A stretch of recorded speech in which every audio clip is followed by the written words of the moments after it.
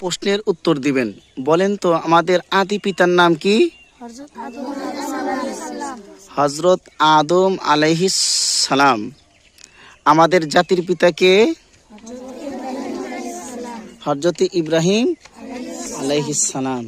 জাতির পিতা কি বঙ্গবন্ধু শেখ মুজিবুর নাকি ইব্রাহিম আলাইহিস সালাম? আরো জোরে বলেন। ইব্রাহিম আলাইহিস সালাম। আমাদের আধ্যাত্মিক পিতার নাম কি?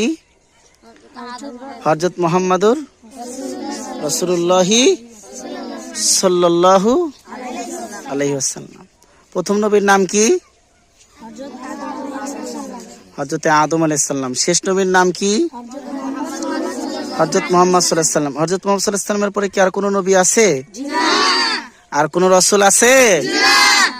আর কোনো নবীও নাই? আর কোনো রাসূলও নাই।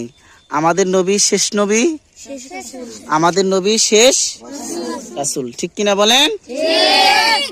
ঠিক বললেও ঠিক, বেঠিক বললেও ঠিক কিনা বলেন?